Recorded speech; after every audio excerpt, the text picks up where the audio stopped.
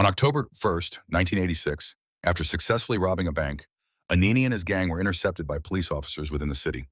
A fierce gun battle broke out, and in the chaos, the gang shot and killed a policeman. The operation quickly went wrong. What was meant to be a clean escape turned into a desperate fight for survival. Anini was almost captured that day. In a shocking and daring move, he was forced to drive in reverse, all the way from Agbor to Benin City, escaping by the narrowest margin. That day, many believe Anini could be killed. At the height of Anini's terror, the then head of state, Ibrahim Babangida, challenged the Inspector General of Police, Etim Inyang, and demanded Anini's whereabouts after a meeting of the Armed Forces Ruling Council in October 1986. "My friend, where is Anini?" Babangida asked the IGP. In a letter he reportedly addressed to the head of state in October 1986, Anini wrote, "Tell our president, we like him, but we are not happy here in Bendel. The payment for everything is too much. That is why I now divide any money I get to the people." Newswatch magazine, in its October 27, 1986 publication, listed the 6 conditions Anini gave for peace to return to Benin City. No more prosecution of innocent armed robbers. A stop to collusion between the police and the Nigerian Union of Road Transport Workers, and with members of the Ogboni cult. No more harassment of market women returning from their work. The abolition of the collection of 50,000 naira by the Highway Patrol, equal treatment for everybody, and fair treatment for all legitimate drivers by the police. From the tone and content of the letter, it would not be out of place to say he had positioned himself as an advocate for the NURTW, his former trade union, and the market women, and he didn't fail to speak for his fellow criminals, whom he described as innocent armed robbers. In December 1986, Bendel heaved a sigh of relief from Anini's reign of terror. After a heightened manhunt launched by the police, a 10-man team of crack policemen, led by Superintendent of Police Kayode Omonororo, brought an end to his atrocities on December 3, 1986.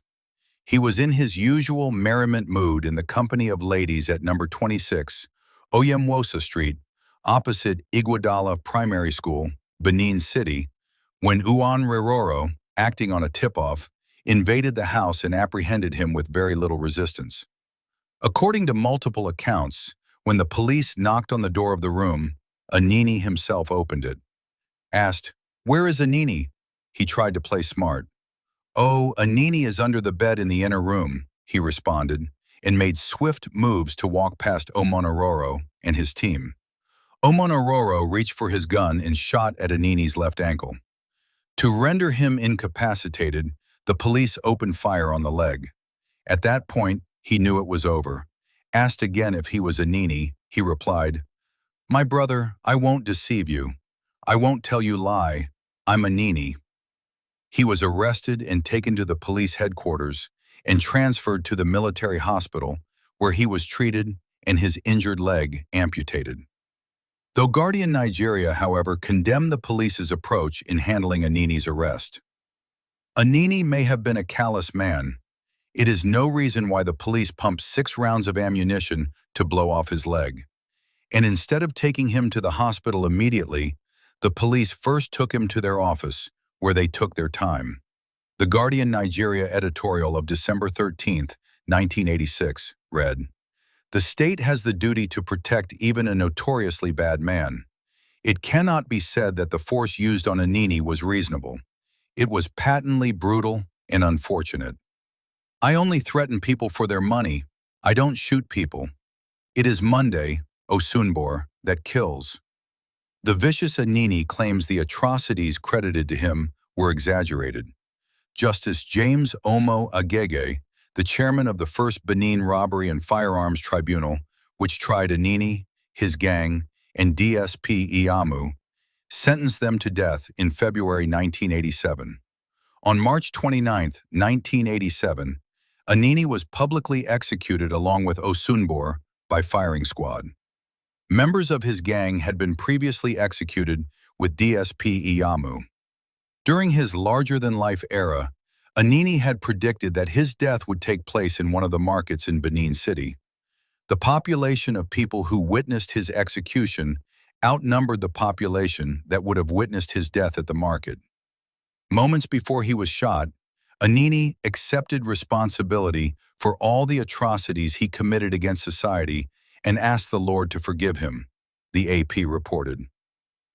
Wrote, "It is difficult, however, to understand the rationale behind the governor's wife's, Mrs. Inyang, generosity to Lawrence Anini.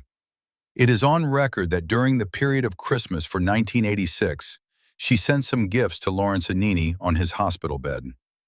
Anini told newsmen that he fathered two children, Osaro and Emadio Bogbe, by his wife Ugo. He also claimed he was expecting a baby from a woman named Gladys, who left him and fled abroad. In 1985, the police raided Anini's village and arrested many of the villagers, including his younger sister. His mother, Madam Akugohia Ogadomwangbe, who was also arrested but later released, told This Week magazine in 1987 that she and other members of her family were subjected to all forms of torture in police detention.